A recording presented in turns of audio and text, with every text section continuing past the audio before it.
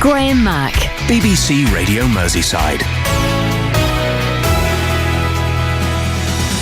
The big news this morning is that the world didn't end.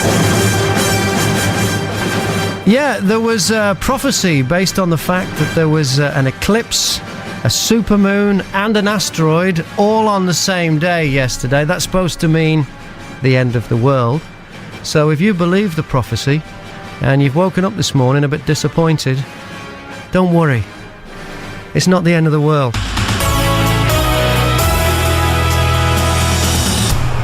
Well, let's talk to Alan in Runcorn. Good morning, Alan. I only have bets on the National and the Derby. Yeah. Well, you're not allowed to say you prefer one race over the other, you know. You're not allowed to say you prefer the National over the Derby. No, I prefer the National. You can't say that because that's race discrimination. Oh, there we go. The British Film Institute are releasing the public information films that we all know and love, that we grew up with, learning how to drive, cross the road, and even how to sneeze. Do you remember what Charlie said? I remember Charlie said a lot of things. He said... Always made no sense to me how the little girl didn't know it was dangerous to play with matches, but the cat did.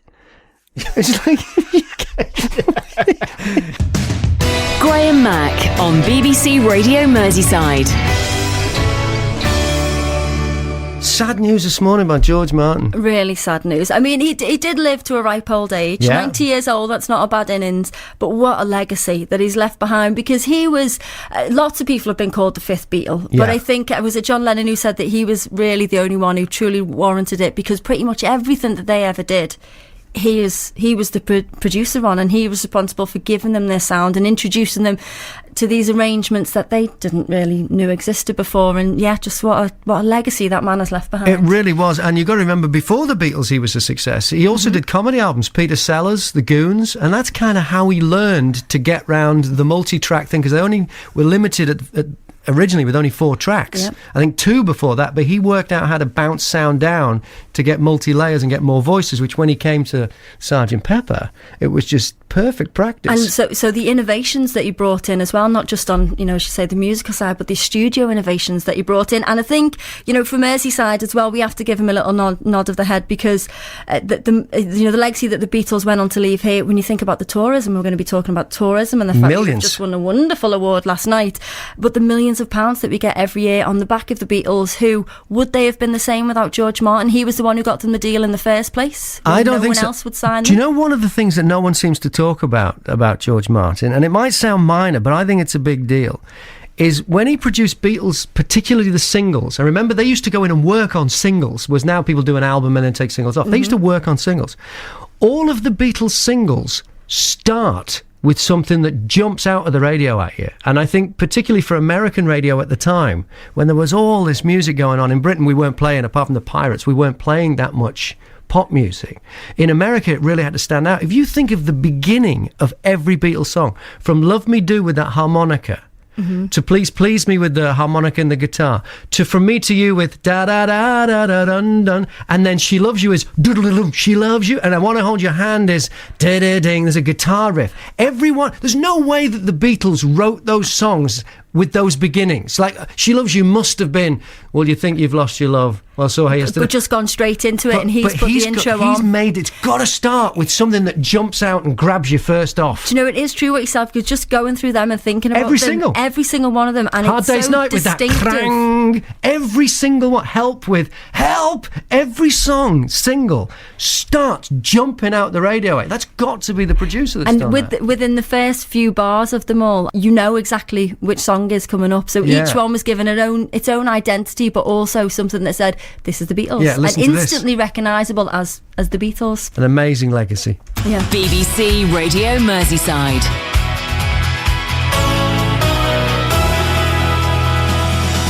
Today we'll be remembering the Liverpool comedian Mickey Finn, whose funeral takes place later on today. Liverpool actor Ricky Tomlinson is attending the funeral. We can talk to him now. Good morning, Ricky. Good morning, young man. Very sad day today. We say a final goodbye to Mickey. It is a very sad day, but I've seen probably more of Mickey with our connection with the Green Room than most of the other comics, you know. Just explain what the Green Room is for anyone Well, who the doesn't Green know. Room is the only cabaret club in Liverpool, so it's the only cabaret club in the north, as far as I know, where we have 3 or 4 acts on every night, you know. Yeah. And Mickey was obviously, he was well loved with the Sunday afternoon audiences, which was predominantly middle-aged, so we could talk about the docks and going to New Brighton as a child and stuff like that. And we often used to talk, and do you know what he said to me once, which is very profound, really? What was that? He said, me diary's getting fuller and fuller, you know, Rick. I said, how do you mean? He said, well, one page is full of bookings and the other page is full of funerals. Because we've lost a few. We've lost Hal Nolan and Jackie Hamilton and Eddie Collington and Eddie Flanagan over the years. And that's it. Do you know what? It's a terrible thing to say, but that's where we meet most of our friends nowadays, is at blinking funerals, because, like, Mickey was around the 70 mark. I'm quite a few years older than Mickey, but, you know. But I've known Mickey, really, for well over 50 years, you know. How did you meet him? Do you know what? I was actually playing in a pub, and some of your listeners will know this pub. It was called the Mediterranean, on Stanley Road. And I used to play there on a Sunday afternoon with Tony Scoggo and people like that. And Mickey used to come and stand there and listen and watch us. And then he went off the scene and he'd come back. And wherever he'd been to learn his trade. Yeah. And he was a pro at that age, you know. And then, of course, he'd done the circuit, didn't he, with the wonderful Stevie Fay and Hal Nolan. They went out as an act called the Comedians, where the 3 of them would get up on the stage and perform. And so, as I say, I've known Mickey a long time, 50-odd years, and we've had some laughs. And he used to sort of know a family called the Duttons, these incredible fellas who never ever used to do their comedy on stage, but would do it while he was out having a drink or a day out or at the club. And Mickey used to love their sort of sense of humour. Yeah. And it just progressed from there, and obviously he developed into the comic that he was. So off stage, was he as funny as he was on? What was the difference between Mickey on stage and off stage? No, he was very funny off stage. We had loads of laughs and little asides and people like that, particularly over football, you know, stuff like that. And I remember once, I think Charlie Chaplin's body got, I think it got kidnapped. I'm not sure. And I said to him, "Where do you think it is, Mickey?" He said, "I think he's gone with the England team as a fast bowler." You know, just off the top of his head. I mean, he was a funny lad. He was, and we loved him. And you know what? We might have our little internal clashes and stuff like that, but when it comes to the crunch, we're very, very clannish, and we support each other. And I've been lucky enough to appear on the Joe Walsborough show on for him at Old Swan Conservative Club. And we raised a couple of grand, a few £1,000, and then to go and see John Martin's show in Sefton, where 20 comics turned up to perform in honour of Mickey, and made another couple of quid, because it's very expensive. Getting married now is quite an expensive thing, you know. Yeah. And so, I mean, but as I say, we are clannish. We're very, very clannish. We might have our own little personal niggles, but when it comes to anyone's in trouble, well, we're all there for them, you know. And it's going to be very, very sad today. But I went to a funeral a couple of weeks ago in Overbury Street. One of the Wentons had died. He was the eldest, I think. He was called Bobby. There was Randy King, and Randy's still around with his daughter Joanne. And Bernie went, and he won the Stars in Your Eyes as Nat King Cole. Yeah, I remember. The eldest brother is Bobby, known as Bobby Buzz. And I went to his funeral the other week in as I say, big church in Overbury Street, and it was wonderful. It was a day out. It was like a celebration. Everyone was singing, even the priest. They all joined in. It was amazing, and again, there was hundreds and hundreds of people there, and there will be today. There will be hundreds and hundreds of people there again today to see Mickey off and give him a fond farewell. I mean, we used to have rib him about Everton and Liverpool and stuff like that, you know. But he was never stuck for an answer, never stuck for a quip. Do you know who else would be there besides yourself? You know, Liverpool comedy names? Oh, everyone. Everyone would be there, everyone. yeah. Oh, yeah, and I mean, people from business, like, you know, Ray Parr and business people like that who support all the local charities, oh, they'll all be there. There'll be hundreds there, kid. there will be hundreds. I know my eldest brother's making his own way there, Albert, because he knew Mickey. Oh no, there'll be a wonderful turnout and a wonderful send off for them. Don't worry about that. Ricky Tomlinson, good to talk to you this morning. Thanks for your time. God bless you. Thank you. Ricky Tomlinson there. He's going to be one of the people at the funeral of Mickey Finn, which will be at St Anthony's Church on Scotland Road at 1:45. I'm Graham Mack. Steve Coleman is here, so is Lisa, ready to do the Help Me Out, Don't Have Me On game, which is where you give us interesting questions, Merseyside trivia questions, and we see how we can do. And I learn along the way because I've spent so long away from this area. I need to get back up to speed. Good morning, Barbara. Good morning. And you're in Garston? Yes. All right then. So what's your question for us? My question is a 3-part question. Okay, well there are 3 of us. Yes, you can have a part each. Yes. What was the name of the chimpanzee that escaped from the zoo at Rosemont Road, Egbert, in 1938? What school did it get into the playground of, where the children were doing PE? And what was the name of the teacher who got injured in helping to look after his pupils? Mr. Jones. No. It's always a Mr. Jones in every school. So it's not Mr. Jones. But it wasn't Mr. Jones on this occasion. Okay. Well, let's do it in sequence. All right. So you need the chimpanzee. You need the name of the chimpanzee that escaped from the zoo in Egbert. Bubbles. Yes. Bubbles. No. Charlie. No. Chimp. No. Hairy. No. Bananas. No. I'll give you a clue. Do you want a clue? Yes. It has the same name as a famous cartoon character. Bugs Bunny. No. Is it Jerry. Sorry? Jerry. No. Oh. Hang on. I'm trying to think, is there a cartoon monkey? Well, I don't think it is a monkey. I don't think it's a cartoon monkey. I think she's deliberately Tom. done that to send us off the track. She's Roadrunner. No, that bad. I know, Barbara. Is it a cartoon monkey, Barbara? No, it wasn't. See, I was right. It isn't a cartoon Sylvester. monkey. No. Tweety Pie. No. Hold on. Mickey. Let's just... Yes. What was it? Mickey. Mickey. Hey, Oh, Mickey, as So the chimpanzee Mickey escaped from the zoo and got into the playground of a school. Now, the school should be the easiest part of the 3-parter, really. In Egbert. Unless it travelled miles. It is in Merseyside, the school. I mean, it didn't kind of get a bus. Oh, no, it wasn't. It stayed local.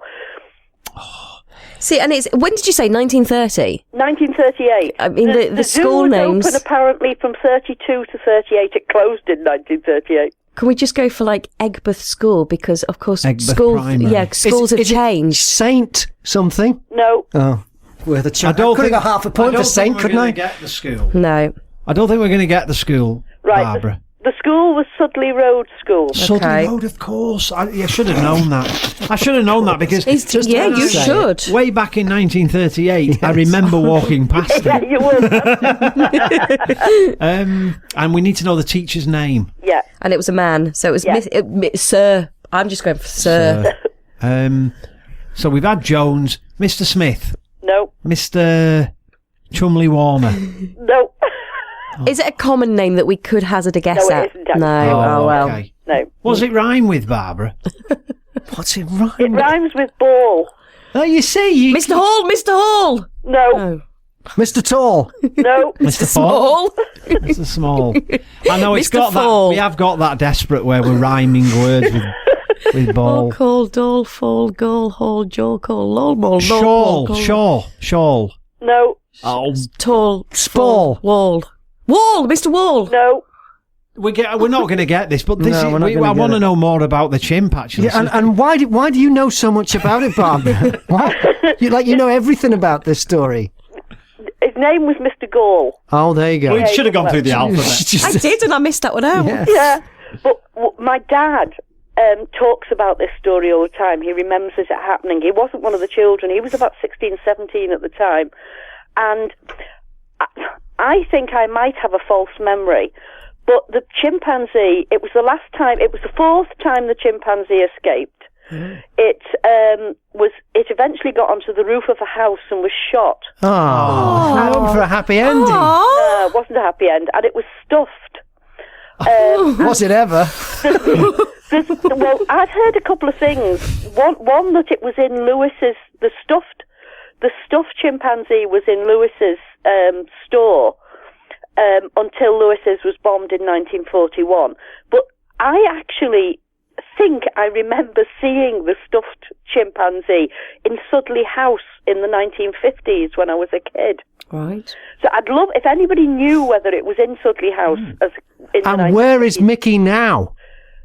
No idea. Well, there's another mystery that we need to solve. Is Mickey because somebody will know. If there's a stuffed monkey. Poor old Mickey the monkey. Yeah. I mean, he's there. He's made 4 breaks for freedom. Yeah.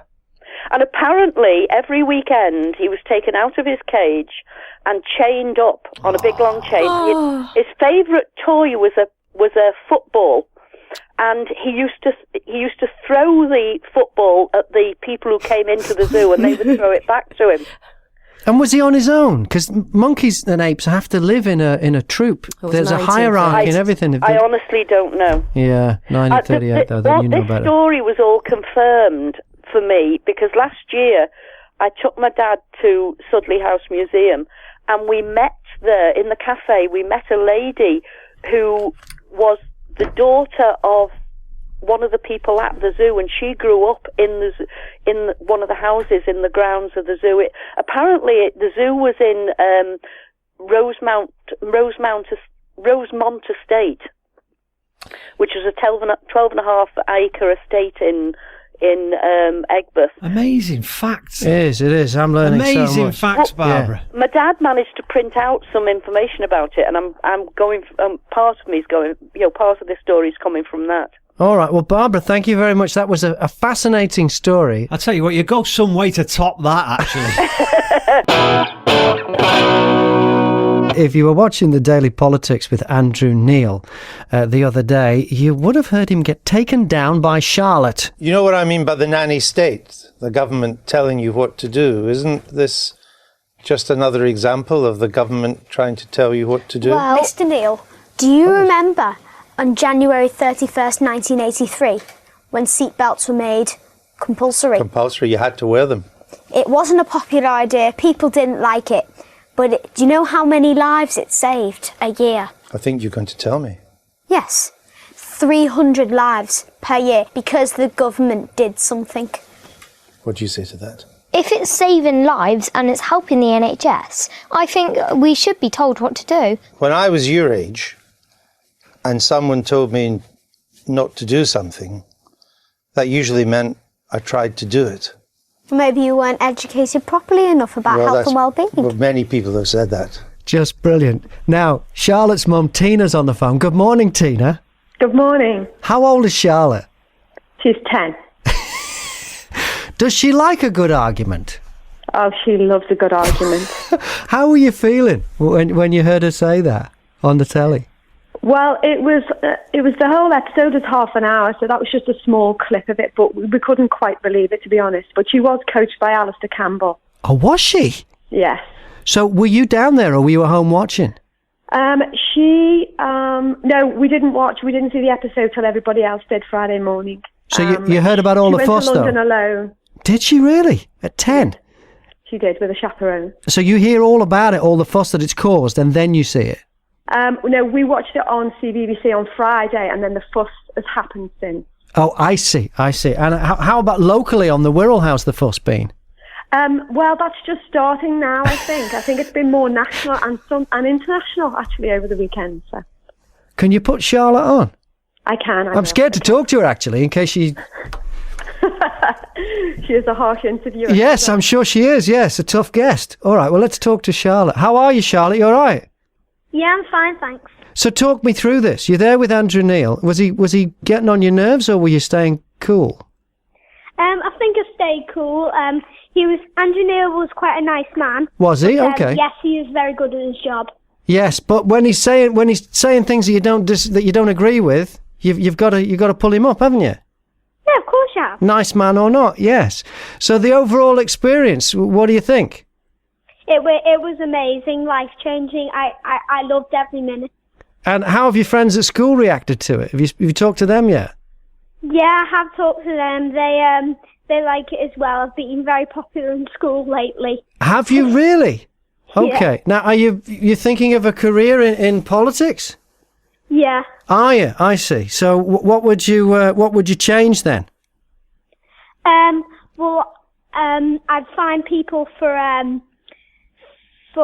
dropping chewing gum on the pavements because that costs the government a lot of money. Costs a lot of money to clear that up. Yeah, it is a nuisance. Doesn't look very appealing either. Well, you've got my vote, Charlotte. Let me know when you're running. All right. Okay, thank you very much.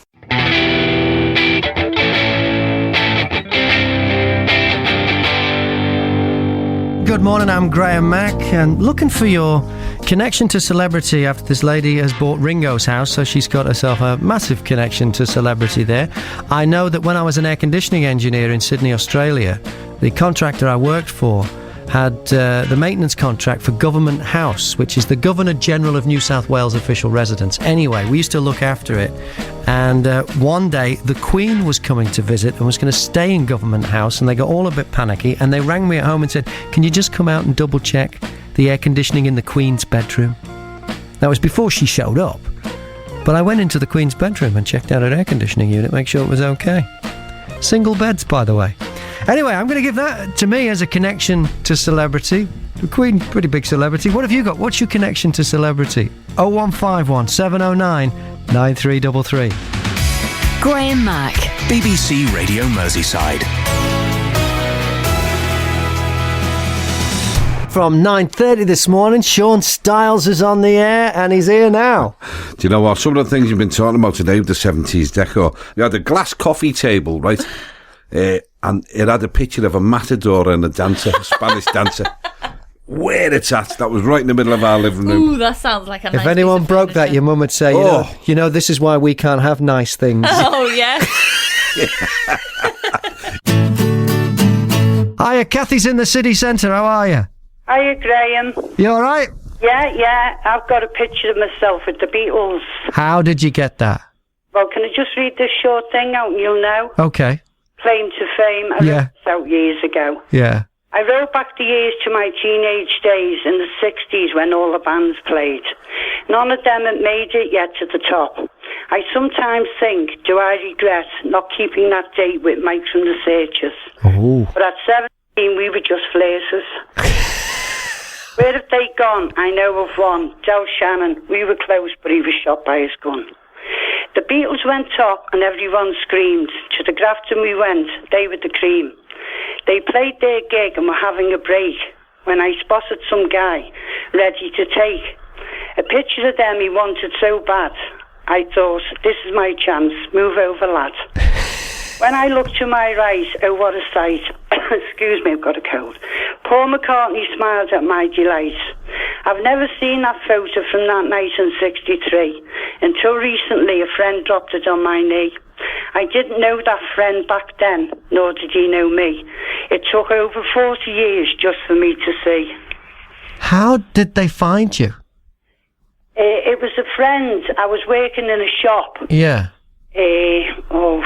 20 years ago. Yeah.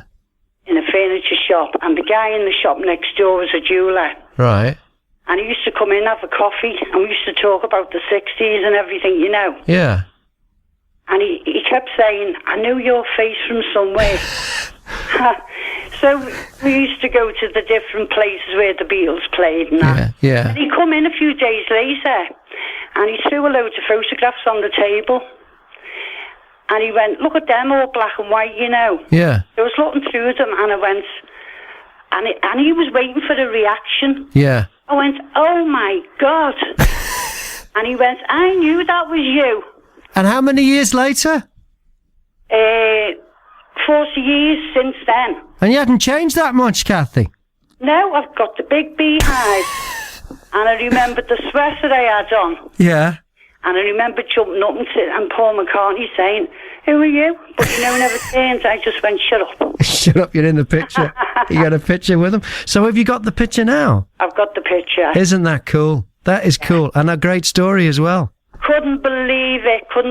This guy who'd taken it used to carry a camera around with him all the time. And he said that night, and I went right back to the night, and he was there, and he went, I knew that was you. Brilliant. This May the 3rd, at Liverpool's Anglican Cathedral, BBC Radio Merseyside is marking the 75th anniversary of the May Blitz. Merseyside was the most bombed area outside London, and over 4,000 people died here as a result of the Luftwaffe's attacks. Poet Roger McGough was a little lad at the time. He's joining us at the cathedral in May. He'll be performing his own poetry, recalling the Blitz from a child's eye view just a couple of feet off the ground. He told me about some of his wartime memories as a little fella in Seaforth in 1941. The Blitz and the war and the bombing and barrage balloons, the sound of airplanes in the sky were just part of, the landscape and part of growing up. You didn't quite know how dangerous it was. Me and my parents, Mum and Dad must have been going through nightmares and worries, but of course they tried not to show. And I remember, for instance, when there was an air raid on, we would go, if there was time, to a shelter. There's a bomb shelter at the end of the street. You have to go down the back jigger, and my dad, I remember memories of my dad carrying me on his shoulder. And if there wasn't time to get to the shelter, as it were, and I remember the sirens, that horrible sound of the sirens going, we'd all be bundled into a little sort of cupboard, really, in the living room.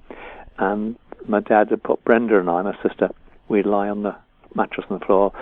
Mum would go on top of us, and my dad on top. That the idea being that, if one of the bombs hit the house, my dad would stop us getting killed. Nice thought. Of course, it wouldn't have happened. It's funny in a way, looking back at this, and how much you actually remember and how much you're recalling scenes, from films you've seen. Yeah. I have very clear memories of me looking up into the sky and, seeing searchlights and sky. But I do remember very vividly the barrage balloons, these big silver, huge silver, like elephants, seemed to be parked on top of houses, and they were, of course, the barrage balloons. And then I remember school and having books of being able to recognise enemy airplanes, Junkers and Messerschmitts and Focke-Wulfs and so forth. And I was very good at that. I was just waiting to be invited to stand on top of the live buildings. Heroic, I was never asked. No. This amazing ability I had was never discovered. Now, and you grew up it was a large Catholic family in Bootle, so right at the heart of the bombing. Do you remember being frightened as well? I don't remember being frightened in a way. Getting up next day, going out into the street in Bridge Road in Liverpool and Seaforth, and the houses had gone to the corner of that street.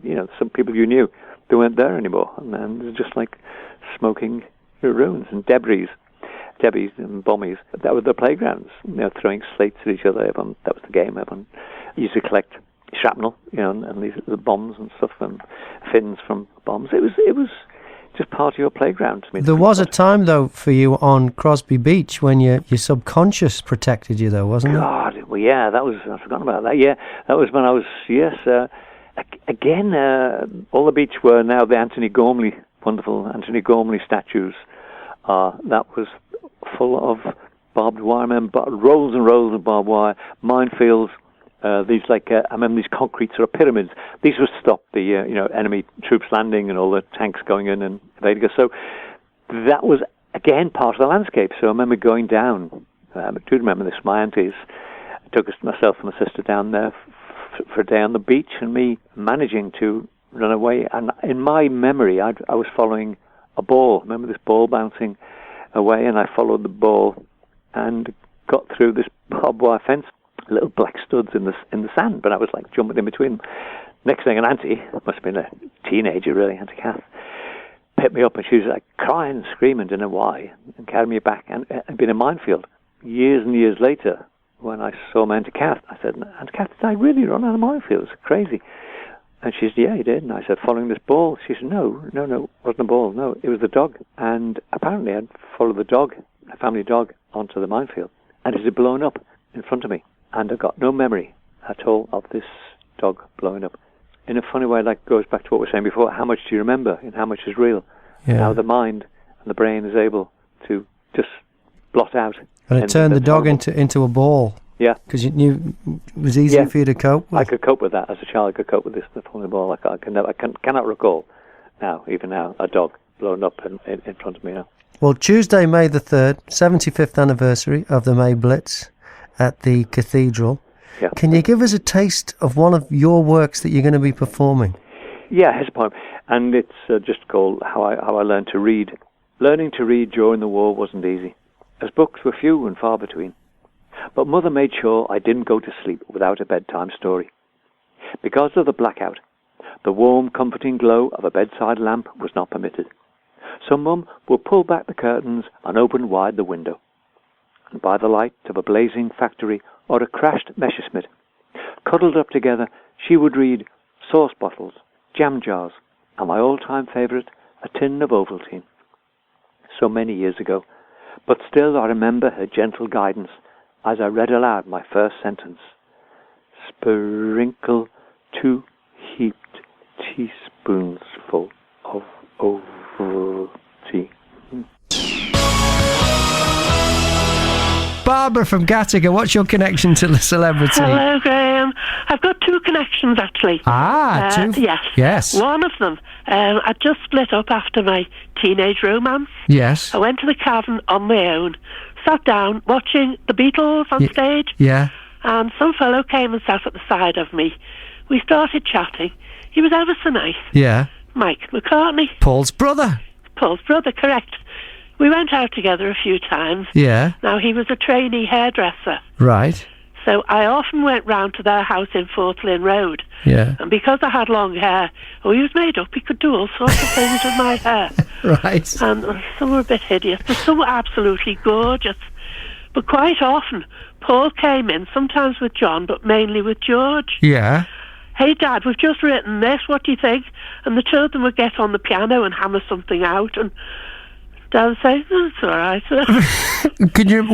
Did any of them become big hits? Can you remember any of the tunes? I don't know.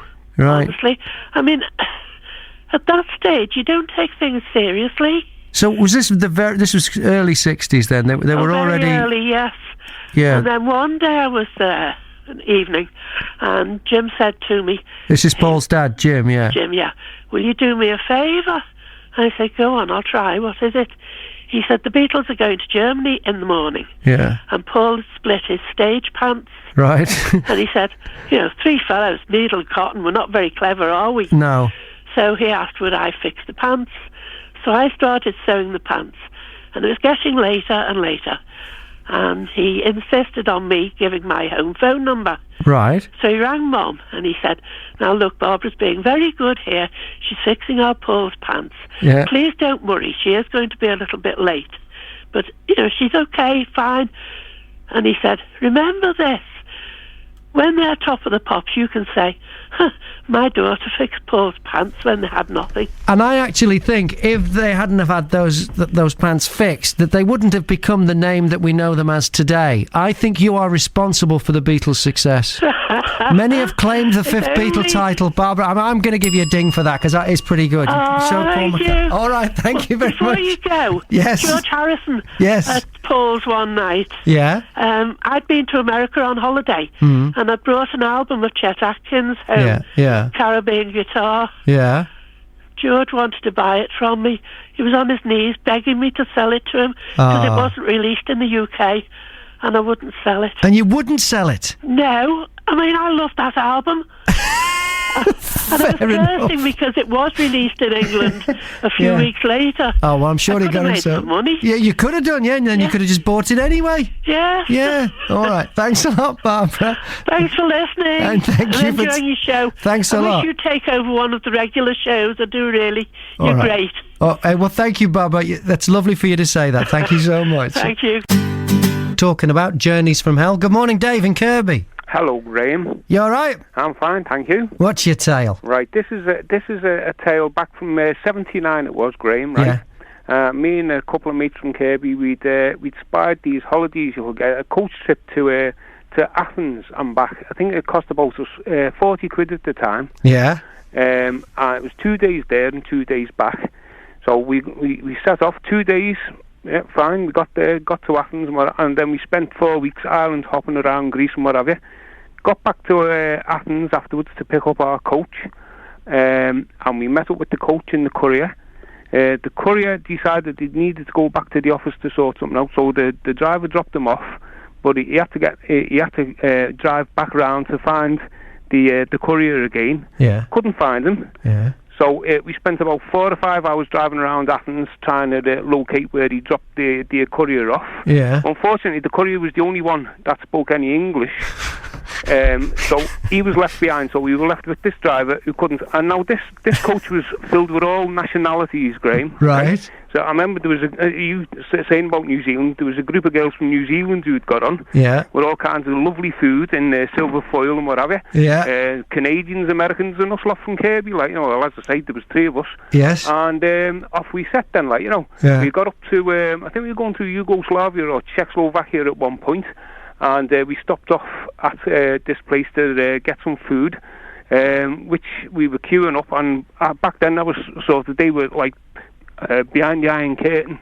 Yeah, they were, yeah. Right? Yeah. So, anyway, so we're in this mad queue to buy our food. And the next thing we noticed the coach moving off. So everybody sort of ran. Yeah. And dropped our food and ran. Bailed onto the coach, and then we realised we'd left about 3 or 4 people behind. Yeah. So we had to pay the driver to go back and get them. Yeah. We picked them up and set off. Got to the border between Italy and France. Yeah. Only to find that the permit for the coach had run out. The French wouldn't let us through. No. Then the Italians decided they weren't going to let us back.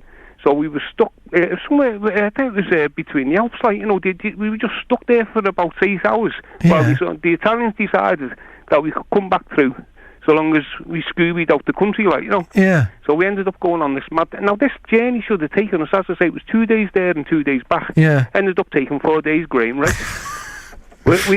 By this time, I mean, we'd spent up, us 3, like, we'd spent up back in Czechoslovakia, like, you know, we'd spent up, like, you know, so we didn't have a pop between us. The only thing was, there was this Canadian guy, and he'd got on the bus. I don't know why, but he got on with tins of baked beans. So we learned the joys of eating cold baked beans out of the tin. Oh no! That was all you had to eat. That's all. Well, until we got to Switzerland. Yeah. He stopped. He spied this. The driver spied one of these old fountains in the wall. Yeah. And he pulled up there so we could get some water. Yeah. And we're getting our water. And you're that desperate. You haven't got water. You haven't got the basics. No, nothing. Right. So we're filling up our bottles, and then I noticed there was this like apple and pear orchard sort of beyond this wall. So I went up this tree and started throwing apples and pears to people. Okay, right. Everybody's loading up. So it's a survival mentality you're in now. Well, yeah. That's it. Like the next thing, the villagers twigged what we were doing. Yeah. And came out and started chasing us. Right. So once again, we're running off with this coach with our ill-gotten gains. Yeah. Got to Germany. Yeah. And as I say, we pulled up at this services, and by this time, people were desperate. Right. So yes, there was some things that shouldn't have been got onto the coach. We ended up. Wait a second. All right, I don't want you to be too specific. What are you talking about? Well, let's say some food items and a few other things, like, you know. Was not us, as I say. It was all nations on this coach. Yes, right? Yeah, but it was you're survivalists now. Well, yeah, that's it. when Like, needs must. We lived off the land. We were, you know, desperate. Yes. So the next thing, there's all these blue flashing lights pursuing us down the autobahns of Germany. Right. Where we got pulled up. And all this stuff is getting thrown over the seats and under seats. All the stuff that's been robbed is all being... The contraband is all being... Yes. The next thing, the burly coppers are on the bus, and the driver's walking down behind them, and he's got his fingers to his lips, telling us to be quiet.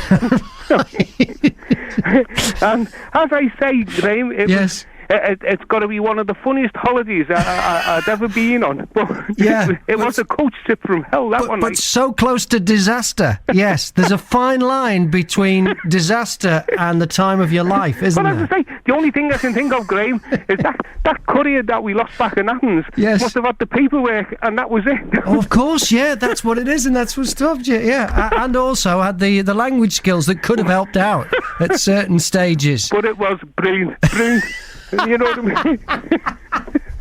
Dave, thanks for sharing. Hey, listen, whereabouts in New Zealand did you I lived in a town called Whangarei, up near the top of the North Island. Oh, right. I got married in a place called the Bay of Islands in Paihia. Bizarrely, I married Julie, who's a New Zealander from Tikipunga. All right. And the lady who was at the Reverend at the church was from Widnes. Bizarrely, just a weird coincidence. Well, no, it was just that I heard you going on about your ventilation work I've got a brother-in-law and a sister who've lived out there since the 60s, but he taught heating and ventilation engineering out there, you see. Did he really? What did he teach in Wellington? There's a school in Wellington where they do the apprenticeships. Well, he did there, and he spent latterly in Christchurch as well. Like, so. Did he? Because I was a pipe fitter on the construction of an oil refinery. They've only got one at Marsden Point. Right. And when the construction was finished, I wanted to get on the maintenance side, so I conned my way telling them I was a steam fitter. I didn't even know what that was. Right. But I learned it as I went. But the contractor was heating, ventilating, air conditioning,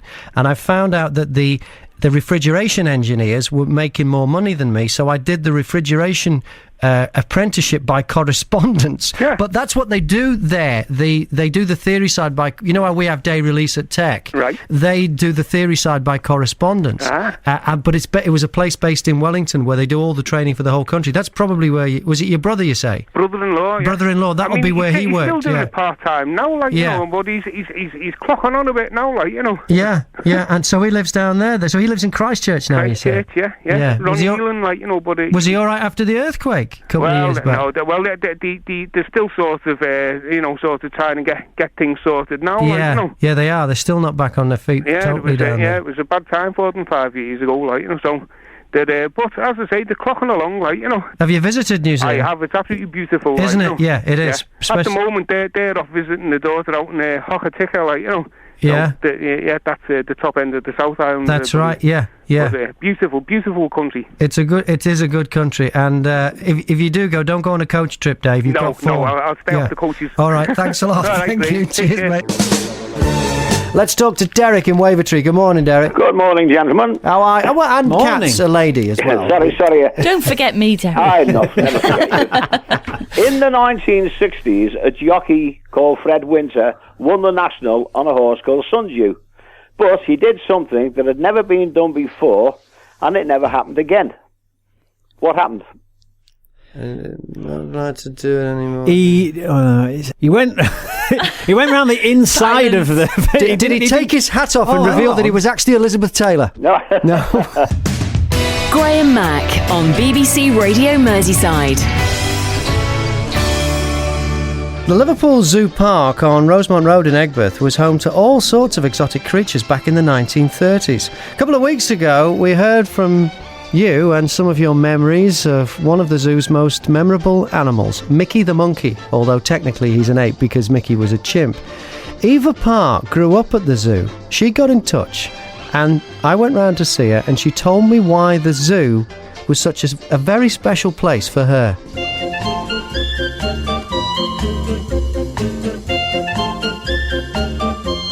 That is where I was born, actually, because there was a lodge at the front of the zoo where the public went in. My father worked on the zoo, so that's where we lived and that's where I was born. And there was a chimpanzee in the zoo. His name was Mickey.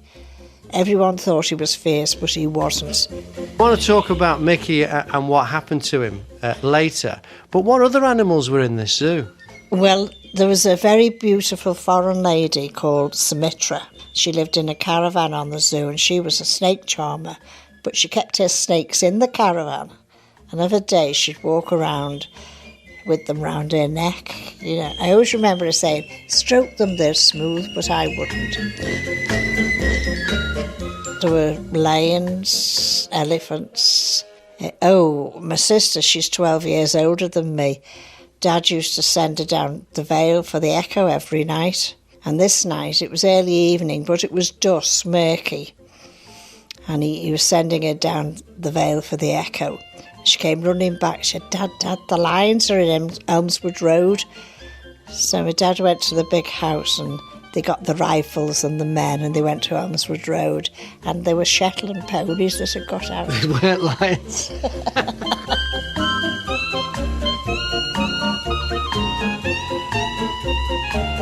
I mean, that must have been very exciting as a little girl to live in a zoo. It was big things, So in 1939, when war broke out, what happened to all the animals?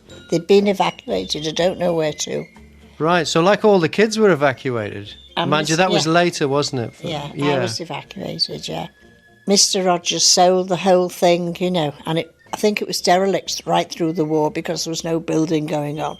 And then one of the famous builders bought the whole plot, and they've got this housing estate now. An archaeological dig might discover some of the enclosures. Yeah. And maybe even some rare bones, and people will be going, did lions used to roam this area? Maybe a snake or something. Yeah, you just never know. It could confuse archaeologists in the future.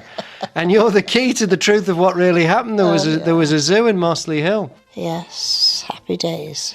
All right, well, let's talk about Mickey now. We've talked about him on the show a lot. My understanding is that he was very popular with the people that came to see him. Oh, yes, every Sunday. They brought him out of the cage and there was loads of people around, you know, playing ball with him because he was very good. He'd throw the ball and they'd throw it back and he never missed. And he was a full-grown chimpanzee, so he would have been a powerful unit. Well, what happened, I don't know where he was born, but when he was a little baby, he was on the Southport Road in a garage. Security wasn't the same in those days, was it? They gave him an old motorbike, and he used to take it to pieces and put it back again and play with it, you know. The chimpanzee used to... Yes, but as he got bigger, it was obvious to them they couldn't have the public coming in. So they sold him to the zoo. But when this kerfuffle was, when he broke out and he got into the school and... Because before that, he'd broken out before, hadn't he? He was a bit of an escape artist, yeah. And one time, a lady brought him back by the hand. He was a real softie. This lady came... And just walked him back in? Yeah. Ah.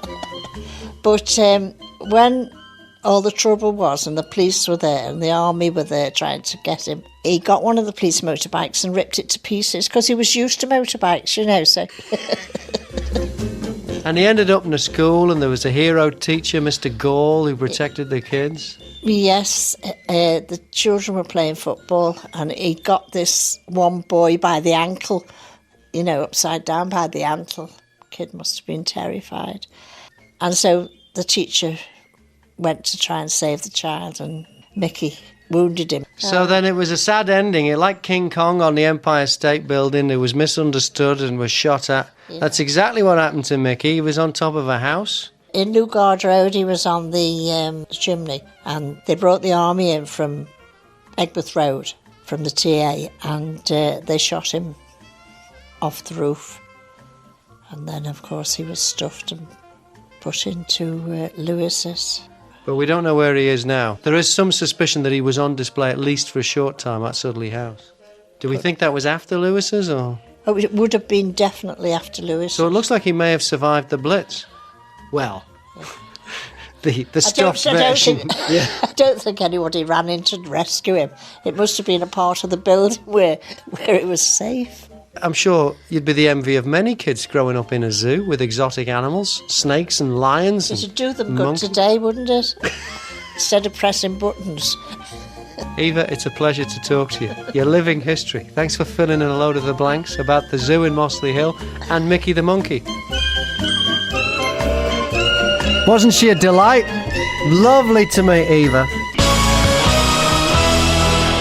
Teaching used to be a profession that was well respected and seen as a stable and well paid career, but nowadays it looks like when it comes to career choices, the classroom is the last place a lot of people want to be. The crisis facing the teaching profession is one of the main topics of discussion for members of the Association of Teachers and Lecturers. Their annual conference is in Liverpool today. Dr. Mary Bosted's the association's General Secretary. Good morning, Dr. Bosted. Good morning. So what's the difference, first of all, between your union, the ATL, and the NUT and the NASUWT? Well, we're much better. Why? I thought you'd say that. In terms of membership, we have a broader membership than the NUT and the NASUWT. We recruit teachers, school leaders, education support staff, further education lecturers and college managers. So we have a broad base. We call ourselves the Education Union, and we recruit amongst all those sectors. And you're not quite as militant as, say, the NUT, are you?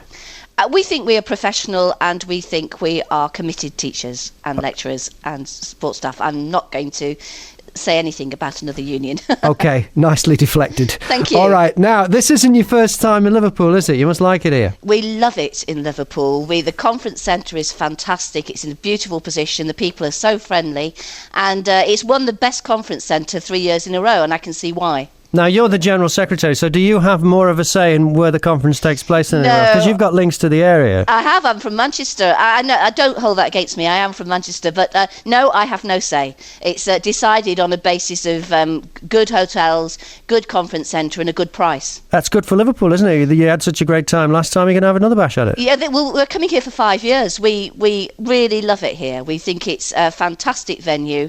It's just on the banks of the Mersey. You can see the live buildings. It's by the Albert Docks. It's great. Okay, enough of the venue. Let's get on to the nitty-gritty of what you're going to be talking about. Is there a crisis in education when it comes to recruitment and retention of teachers? Yes, there is. The government says it's a challenge. It's not. It's a crisis. If you look at teacher recruitment over the government's missed its targets for teacher recruitment over the last 4 years, every year.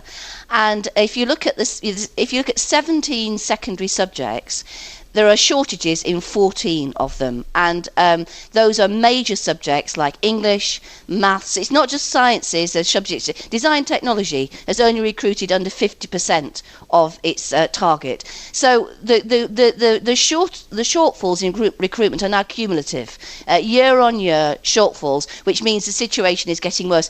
And in addition to that, when it's not just that we're not recruiting enough teachers, we're not retaining them in the profession. So last year, 50,000 teachers left the profession before retirement. That's 11% of the teaching workforce. So teachers are hemorrhaging from the profession, and we're not having teachers coming into the profession. Well, we'll talk about teachers leaving in just a sec. Yeah. More people than ever are going to university now. So why are they not then going on to become teachers?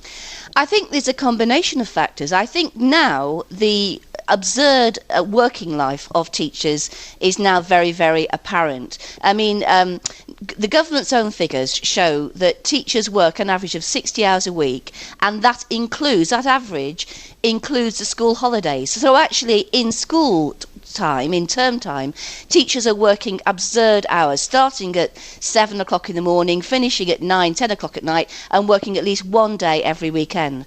And the problem is, teachers don't mind working hard if the work they're doing is productive. But so much of this work is bureaucracy, data-driven, form-filling. And as one teacher in our survey, we've just done a survey, we've had nearly 1,000 teachers responding, and the key issue, which says that many of them are considering leaving the profession, is workload, but what they call useless workload, which doesn't contribute to standards of teaching and learning. So what is that workload then?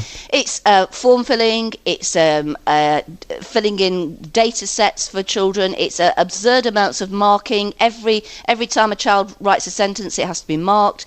It's much of it is bureaucracy concerned with proving you're doing a good job, so that if Ofsted come in, you've got reams and reams of lesson plan and marking and forms to prove that you are teaching effectively. And of course, all the time you're doing that bureaucracy, that is time taken away from thinking about creatively teaching and standards of teaching and learning and different approaches to teaching and learning, because the mental energy goes into proving you're teaching rather than thinking creatively about teaching and learning.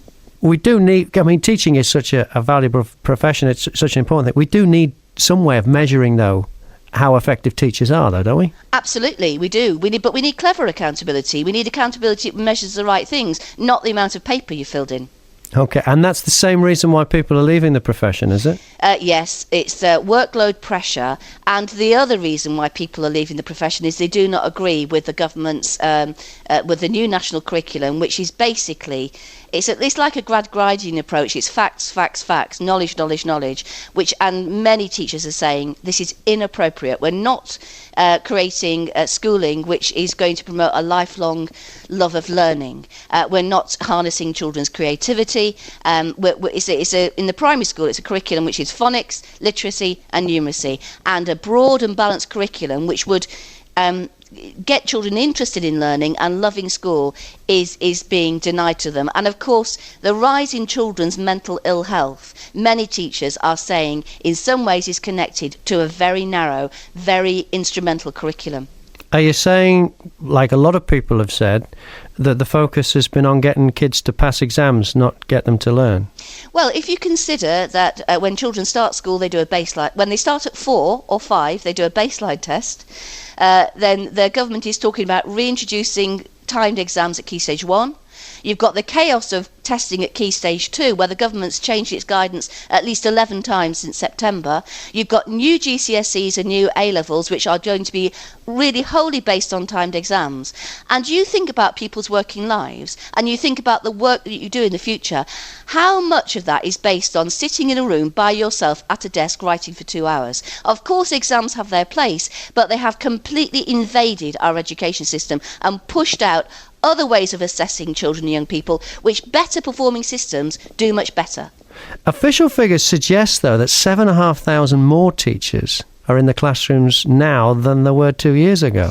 But when you consider the rise in the pupil population, that's completely inadequate.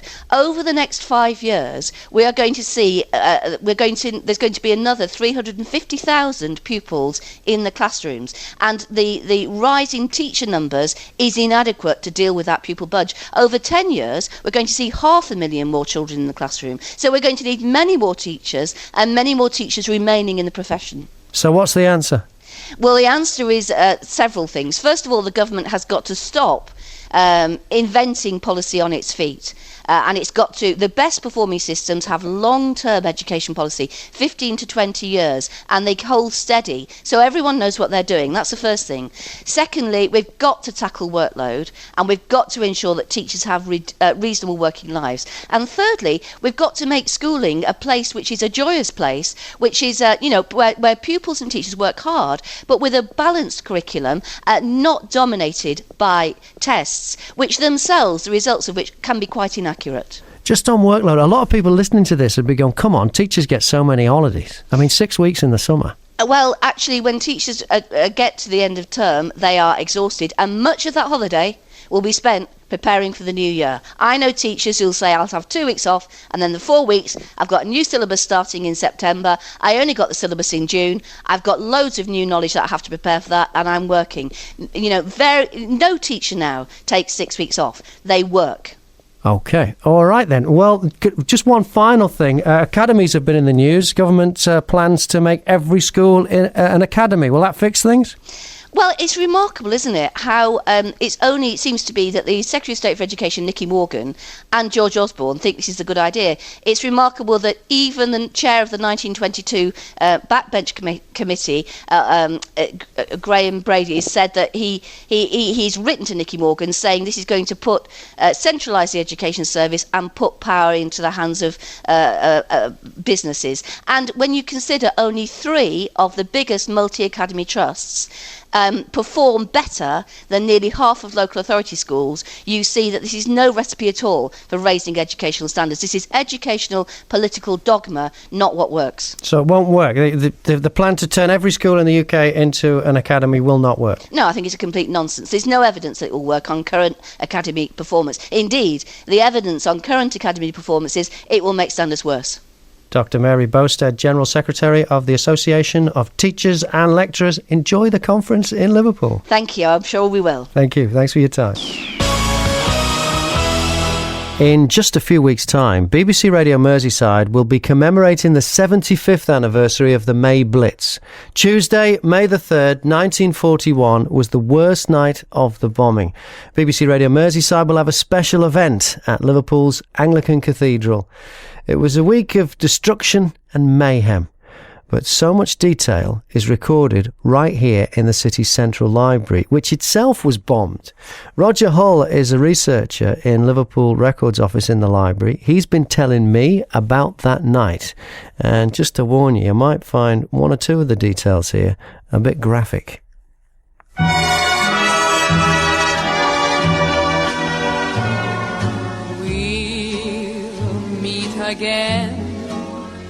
Well, it was devastation. It's where we're actually sitting now, the central part, when you come into the new Central Library, that was the place that was bombed, and it's also linked to the museum next door.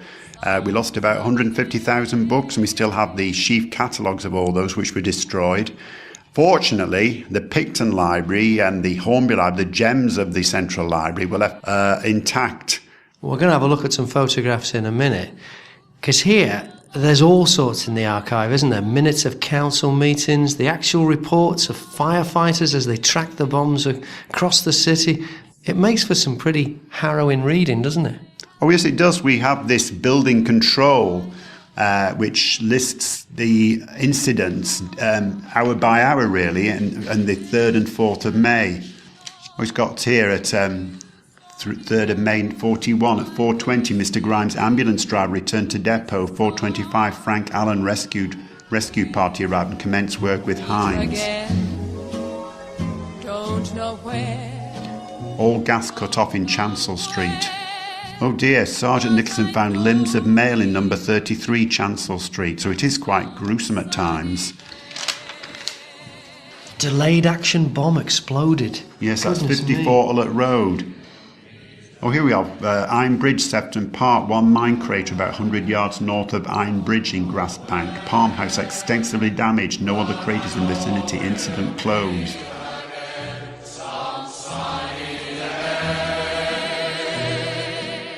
It's very cold the way it's written, even though it was quite dramatic what was going on. Well, I suppose it's just it's an official document, isn't it? It's not going into any... But I think the coldness of it makes it even more dramatic in a weird way. Yes, and startling, and page by page. There's an awful lot on it. So there's fires everywhere, but Liverpool's burning.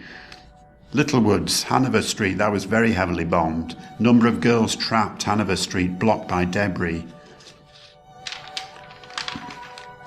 These really do give an indication of the trauma that Liverpool was going through at this time. And the scale of it, because it's page after page after page of all individual incidents. Yes. And photographs as well. Oh yes, we have quite a number of photographs, and a lot of them were done by 2 local photographers at the time. One was Tomlinson and one was Marsh. This is quite an iconic one in many respects, because of course you can locate it with the cathedral in the obviously background. Still under construction back then too. Yes, it was, yes. This is St Michael's Church in Pitt Street, bombed out and later demolished, but it just shows the devastation caused. But that's an iconic one, because you've got the outline of the skeleton of the St Michael's Church, and you've got the cathedral in the background, which locates where exactly this was. And the rubble in the foreground, it looks more like a demolition site than a city, than a living, working, breathing city. Yes, it does. That's one of the best known images we have, is by Stuart Bale, which shows the devastation around the Victoria Monument. Oh, the famous one, yeah. Yes. Well, here we have another building which is still with us, the White Star Line building, which is the Streaky Bacon building. That's right. Which is now a hotel. That's right, yes. But in front of it, nothing. Yes, and you can see the devastation. The roof's gone. The windows have all been blown out.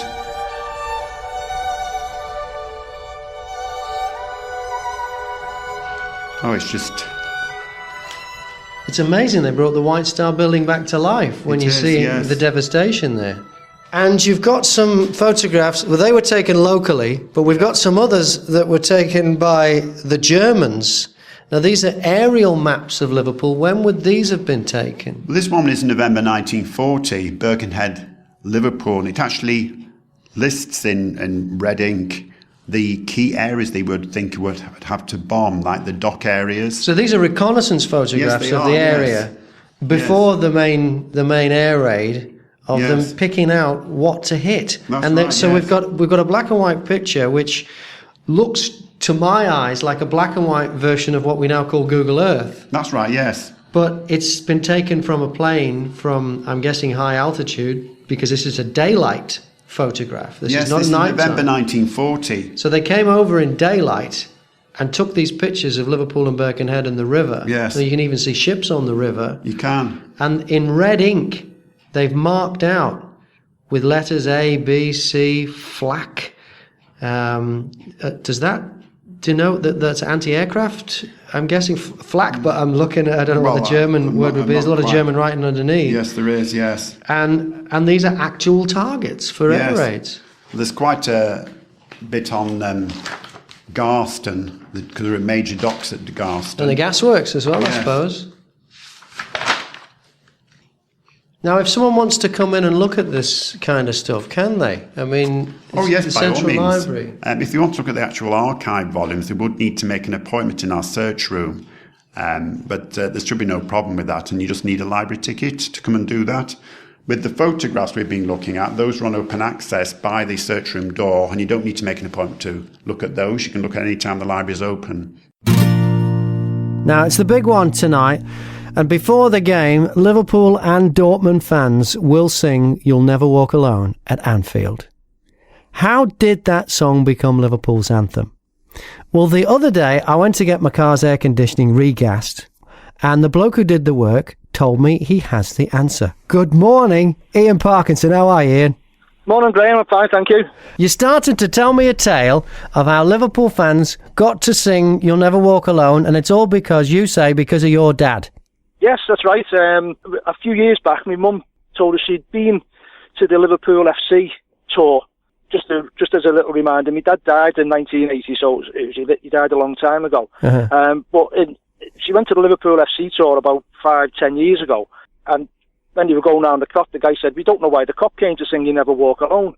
And my mum said to us, "Well, I put him straight. I told him it was your dad."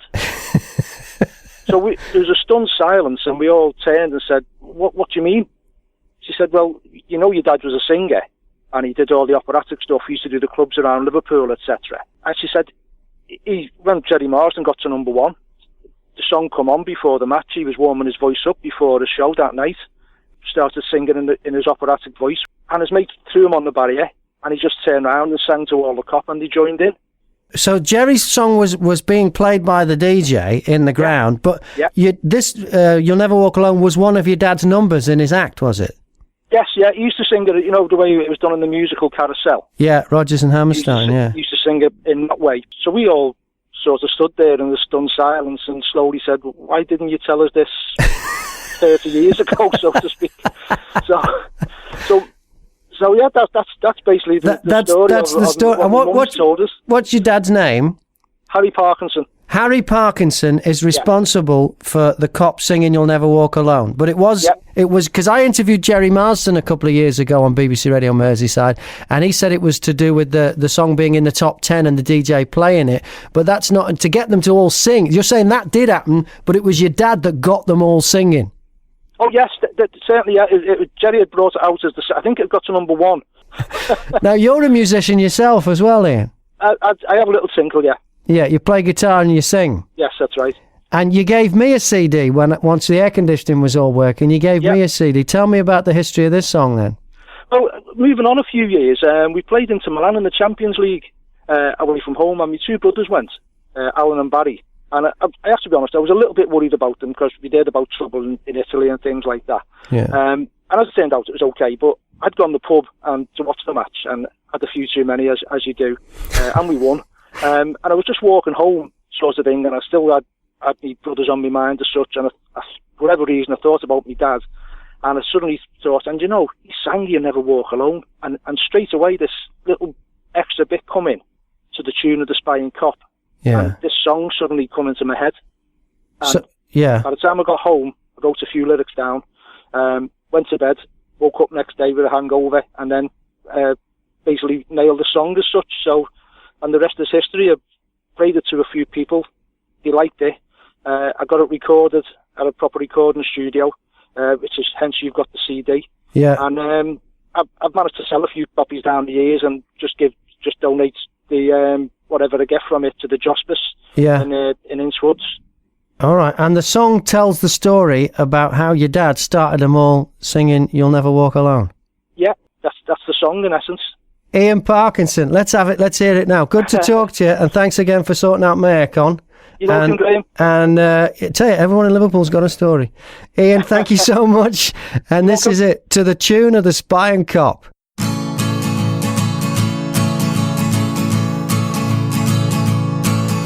Now Now way back in the 60s, on a football Saturday, me dad went down to Anfield just to watch the Red Men play. And the DJ played a record, it was a song from Carousel, and it was sung by Jerry Marsden. It was a song you know quite well. Now me dad, he was a singer, he liked to sing along out loud. His mates put him on the shoulders and he turned to face the crowd. And the cop, they joined in with him and they began to roll and sway. And it became a great tradition and it continues to this day. And he sang You'll Never Walk Alone to the tune of the Spying Cop. And it became the Anfield anthem and it made the whole ground rock. Now he sings his song in heaven, Shanks and Paisley by his side, and a 96 strong choir, they're the pride of Merseyside. Now he died in 1982 and I miss him every day. But when I go to Anfield, I feel he's never far away. I hear his voice when the cop is singing, I hear him shout when the Red Men score, and I feel his spirit with me when I feel the Copites roar. And he sang You'll Never Walk Alone to the tune of the Spying Cop. And it became the Anfield anthem and it made the whole ground rock. Now he sings his song in heaven, Shanks and Paisley by his side, and a 96 strong choir, they're the pride of Merseyside. Now if you went over to Istanbul on a balmy night one May, we were 3-0 down at half-time, I thought we'd thrown the cup away. But then the cop, they sang a special song and it echoed round the ground. And with Stevie G and some penalties, we turned the game around. And we sang You'll Never Walk Alone to the tune of the Spying Cop. And we sang the Anfield anthem and we made the whole ground rock. And they sang along in heaven, Shanks and Paisley and Emlyn too. And the 96 strong choir, they won the cup for Liverpool.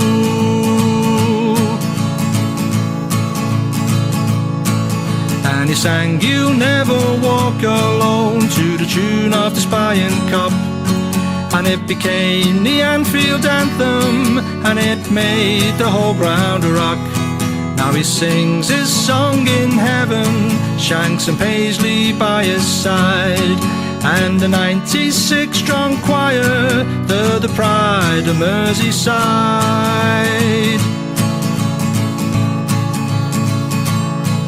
And the 96 strong choir, they're the pride of Merseyside.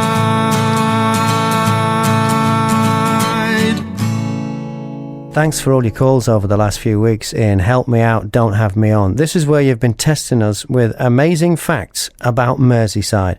I have learned that there used to be a zoo in Mossley Hill, and in that zoo there was a monkey.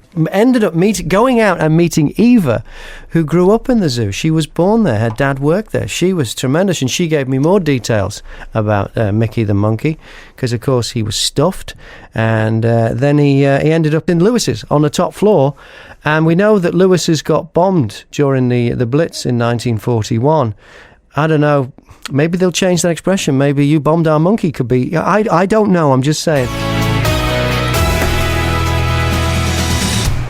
Well, it was a big night at Anfield last night. Hooly dooly, that was some game, wasn't it? Ben the Red was there. How are you, Ben? I'm fantastic, Graham. Like you, slightly hoarse. Yeah, it's a little bit. Unbelievable night. I was in shock. I mean, I didn't think we were going to come back. I really didn't. Graham, absolutely not. I mean, we were talking at half-time. I was talking to my son and his mates and that. We were totally outplayed. I mean, Borussia Dortmund were a different league to us. Yeah, they were. You just could not see it coming. And after the game, we talked to Borussia fans and they were shell-shocked. Yeah, I bet they were. You got to feel for them because they were great fans. I chatted to a few of them on the bus on the way to the match, and they were good fun. They are the best fans I've ever met. I've been over to Dortmund several times, not just for the finals, but I've been there for Champions League game as well. Yeah. And I was drinking with them in the city centre. They are undoubtedly they're probably the most similar fans to Liverpool and Everton because Dortmund, I don't know if you know Germany, it's an industrial city, and the football club is everything to them. You know, it really is. And he demonstrated it. But, Graham, it really, really was an unforgettable night because people mentioned Saint Etienne, probably Auxerre, Inter Milan, games like that, Olympiacos. In all of those games, we felt as though we could win them. On the night we played as well as the other team. Last night, nobody could see that result coming. It just came from nowhere. Really did. Now, I haven't experienced anything like it since Istanbul. I was at the Ataturk in Istanbul, but I've never been to a big European night like that at Anfield. So it was extra special for me for it to be at home. It was, Graham. I mean, I think the game it's most like is Istanbul because it was a game in which at half-time we needed three goals to still be in it. I mean, Istanbul, 3 goals meant we went into extra time and we won on penalties. Last night we needed 3 goals at half-time. We needed 3 goals with an hour to go as well. Yeah. Sorry, with half an hour to go as well. Yeah. The atmosphere at Anfield is fantastic. And do you know what really, really pleases me? I mean, I'm 60 and I've seen when Liverpool were arguably the greatest team in the world. And you took things like that as a right. You always felt as though you're going to win. This new generation of fans haven't seen this. Yeah. And it's given them a taste because, let's be quite honest, at all football grounds where you support Liverpool, Everton, for most home games, the atmosphere now is pretty poor. It was pretty quiet against Stoke, wasn't it? Did you go to that one on Sunday? I never miss a game. Yeah. And listen, Stoke was quiet. It's quiet against most teams. Yeah. It's only the big game that brings it out of them. Now, things like that will give fans belief and will encourage them to be more vocal. It was just an amazing experience. Do you remember how you reacted and how it was where you were in the ground when that last goal went in? Yeah, I was practically killed by my son. Whereabouts in the ground were you? Oh, we've got season tickets in the Cop, Graham, but I mean, he was hugging me and kissing me like there was no tomorrow. You were probably not too far away from I was in row 37, round about the middle of the Cop. Oh no, I'm in 45, but I'm opposite the touchline towards the centenary. Right. But the whole ground was incredible. There was a fella behind me lost his glasses and they ended up near me. They ended up on the floor near me and he was like 2 rows back. It was just unbelievable. It was just phenomenal, wasn't it? Graham, do you know what? This sounds ridiculous. When I got home last night, I actually sat down and recorded the match and sat and watched it again before I went to bed. Because, you fully appreciate... You watched the whole match again? Yeah, I know, I'm sad, aren't I? I'm so sad. But, it really was special. And I think now, the semi-final draws today... The only thing that really disappoints me is the finals in Basel, and I believe we're only going to get 9,000 tickets if we get through. Yeah. 9,000 tickets. Yeah. Now, there's all sorts of complaints about UEFA and FIFA, but come on, you tell me. We could get Seville, who are a fantastically supported team, 9,000 tickets.